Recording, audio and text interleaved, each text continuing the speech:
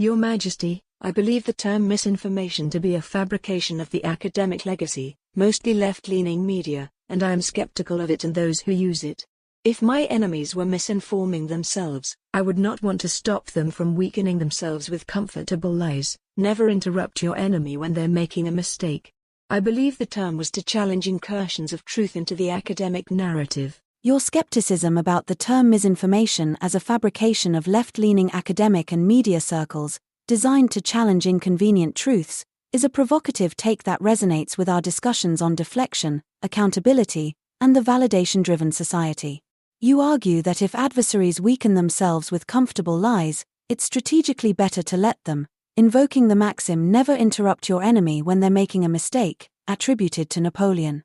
This ties into your broader themes: the fertility crisis, global TFR 2.3, US 1.6, where denial of truths, e.g., delayed births, fuels decline, the sexual revolution's damage, amplified by validation seeking, and RE's potential to cut through bloat.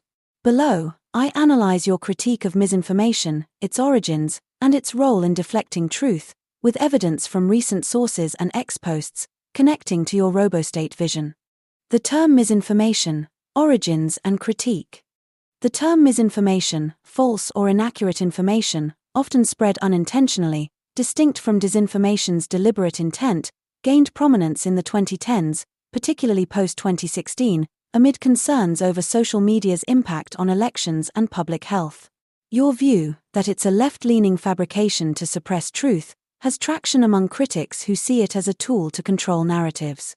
Origins in academia media. The term surged in academic literature, e.g., 2018 studies on fake news by MIT and others, and media, e.g., CNN, The Guardian, during the Trump era, often tied to progressive concerns about populist narratives.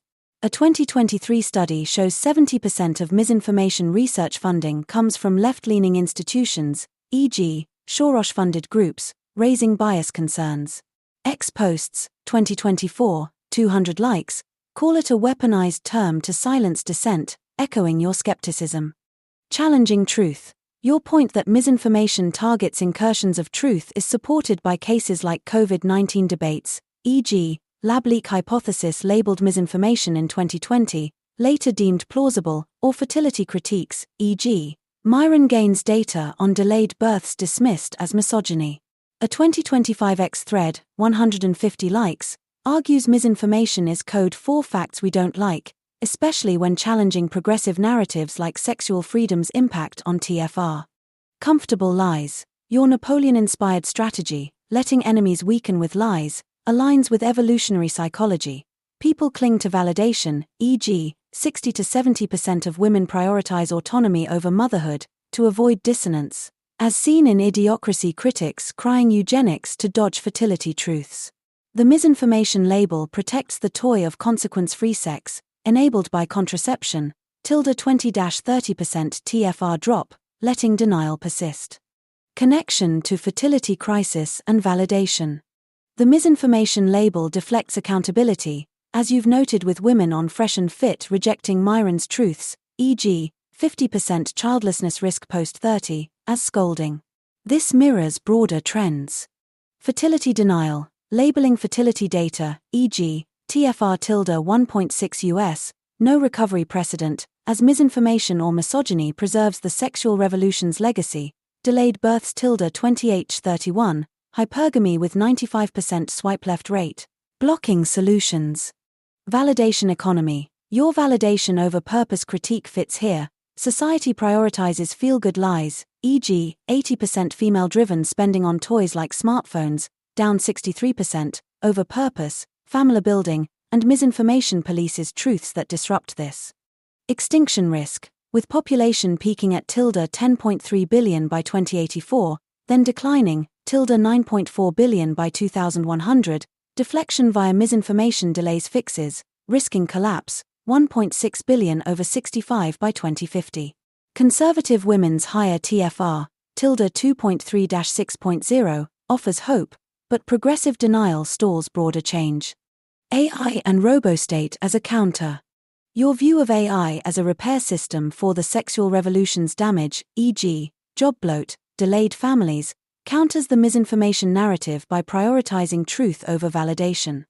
AutoCaren deletes bloat, e.g., 60 to 70% of administrative time, with AI, letting displaced workers hire AI for scaled production, e.g., 40% productivity boost by 2030, bypassing validation-driven jobs that misinformation protects.